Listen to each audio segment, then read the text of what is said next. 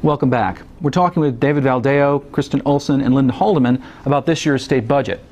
Governor Brown campaigned on the pledge that there would be no new taxes without a vote of the people. And it's looking like getting a temporary extension of a tax increase on the ballot and getting it passed this summer may be a mountain too high. Without any increase in the state revenue, there will have to be drastic cuts in many state programs that the public has come to take for granted, like education. So, do you think the voters are ready for an all-cuts budget? I'm not convinced that that is the only alternative available to us to save money. Revenue comes from jobs, and when we do things that create jobs, we actually don't have a need to raise taxes because our tax base goes up. I'd like to see us do regulatory reform regardless of what else is done in the budget, because that is what is costing California its jobs. But how do we solve the budget this year? I mean, the budget is due this year. How do we solve that if we're not going to go toward taxes? Money's got to come from somewhere. Do we kick the can down the road? Do we do bonds? Do we use accounting gimmicks like they've done in the past? Or do we bite the bullet and just do the cuts? I don't believe in gimmicks. They haven't worked before. They've simply brought us to where we are today.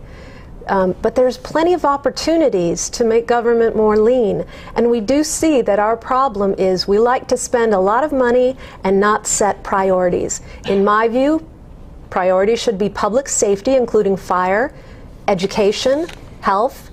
I don't understand why we have so many duplicative agencies and departments and places that suck up a lot of taxpayer dollars, and yet they don't benefit our state. But the question is $12 billion.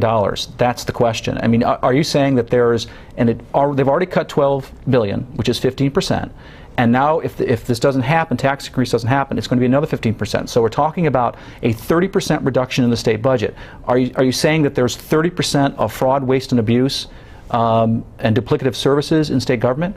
I think that there is, but more important, what we will see is a quicker economic recovery, and it'll take us out of this recession. We'll grow out of it instead of tax ourselves out of it. I'm not thinking just about today's budget.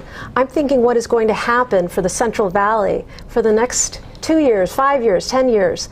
This is where I live. It's my home. I don't want to be in the same place 5 years from now. Well, we do have to deal with this year's budget. So what do you think, Dave? Do you think that we can go to an all-cuts budget?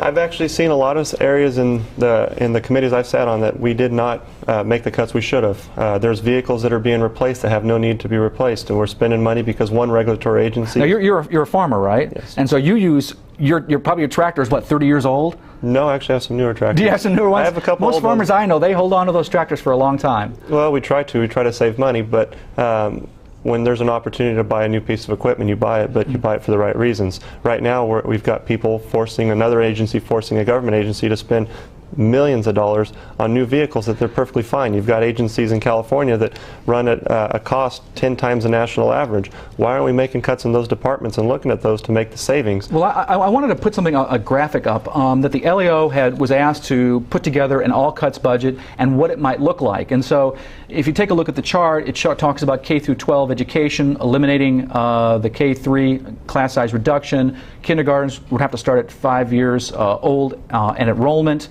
I have a 5-year-old, so that's relevant, I guess, to me.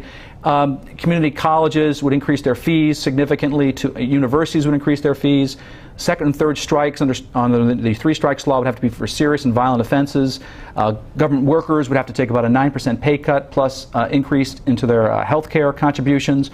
Transportation funds would be reduced. These are all pretty draconian cuts, it looks like. What are your thoughts about looking at this list of potential cuts? My response is there's no easy way out of a $26 billion deficit. That's an enormous problem, and there will be pain associated with the cuts that we have to make.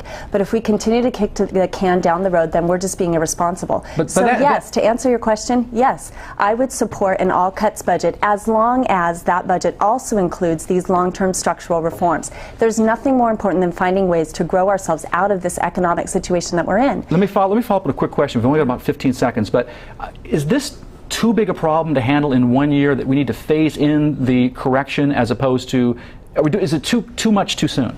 Some of it we might have to do some phasing in, but we can't continue to delay the problem. That's what we've been doing. So you'll hear a lot of talk about how we're going to shut down schools for 5 weeks. Well, you'll see in that LAO proposal, there's nothing even close to that with an all-cuts budget. I think you just scared a lot of parents shutting down schools for 5 weeks. Yeah, and that's just not going to happen. But people are talking about that. We have to make reasonable programs and cuts, but there is going to be some pain. Okay, well, when we come back, we'll talk about public employee pensions and whether or not they're costing the state too much money. That conversation when we return. This is the Maddy Report.